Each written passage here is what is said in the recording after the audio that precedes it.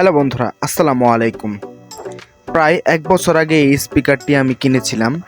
ভালোই চলছিল। হঠাৎ করে এটার সার্কিটটি নষ্ট হয়ে যায়। এটার মডেল হলো D7। আপনারা অনেকেই এই মডেলটি ব্যবহার করে থাকেন। কিছুদিন পরই এই স্পিকারগুলো নষ্ট হয়ে যায়। নষ্ট হওয়ার পর কিভাবে এটি ঠিক করবেন এবং খুবই অল্প টাকায় এ নিয়ে আজকের ভিডিওতে দেখানোর চেষ্টা করব।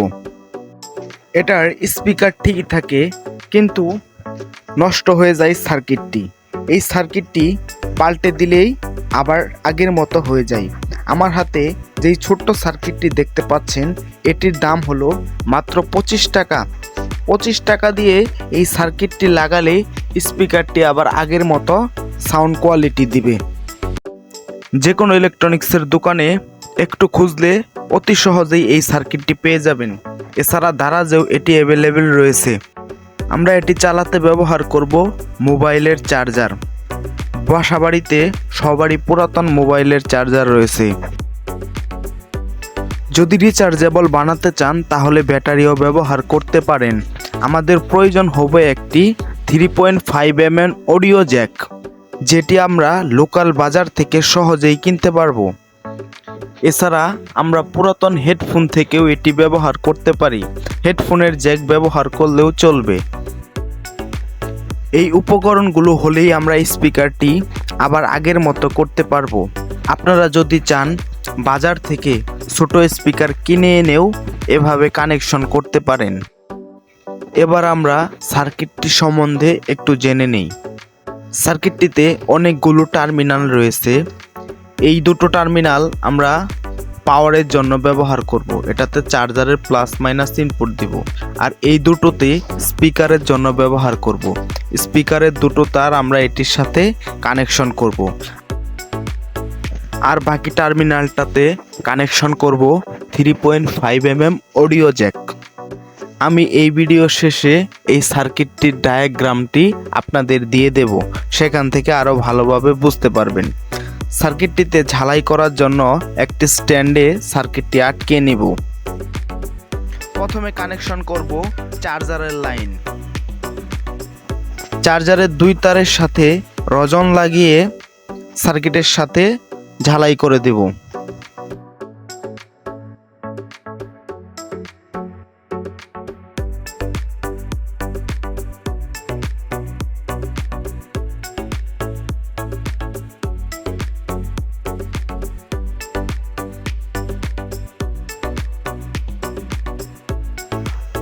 আমাদের চার্জারের লাইনটি ঝালাই করা সম্পন্ন হয়েছে।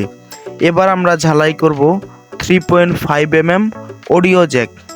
এর টোটাল 3টি টার্মিনাল রয়েছে। মাঝখানেরটি নেগেটিভ, বাম পাশে লেফট এবং ডান পাশে রাইট। এই 3টি তার রজন দিয়ে ঝালাই করে নেব।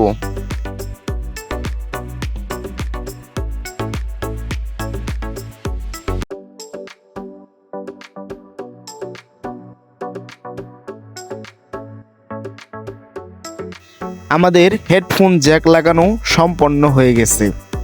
চার্জার এবং হেডফোন জ্যাক লাগানোর কাজ শেষ। এবার আমরা দুটো স্পিকার এর সাথে কানেকশন করব।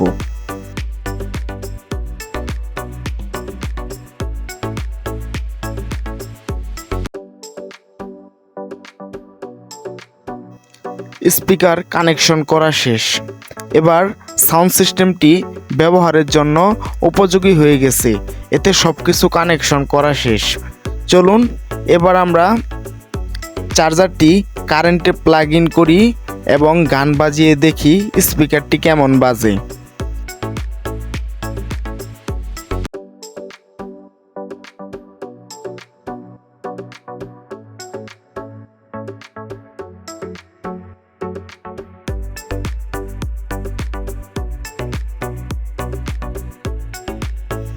চার্জারে লাইন চলে এসেছে।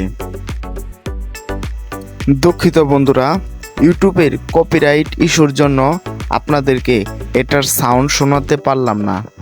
এর জন্য আমি স্পিকারের উপরে কিছু চাউল দেব। এতে আপনারা এর সাউন্ড কোয়ালিটি দেখেই বুঝতে পারবেন এটা থেকে কেমন সাউন্ড হয়।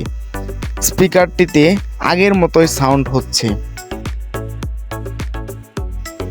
এটা থেকে খুব সুন্দর বেস পাওয়া যায় এবং সাউন্ড কোয়ালিটি এক কথায় অসাধারণ। স্টেরিও আউটপুট পাওয়া যায় এই অ্যাম্প্লিফায়ার সার্কিট থেকে। ছোট মরিচদের ঝাল বেশি। দেখতেই পারলেন কত সহজে তৈরি হয়ে গেল আমাদের এই সাউন্ড সিস্টেমটি। মাত্র 30 থেকে 40 টাকা খরচ করেই আপনিও বানিয়ে নিতে পারবেন এরকম একটি সাউন্ড সিস্টেম। যদি আজকের ভিডিওটি আপনাদের ভালো লাগে অবশ্যই ভিডিওতে লাইক করবেন, শেয়ার করবেন এবং কমেন্ট করবেন। সম্পূর্ণ ভিডিওটি দেখার জন্য সবাইকে ধন্যবাদ।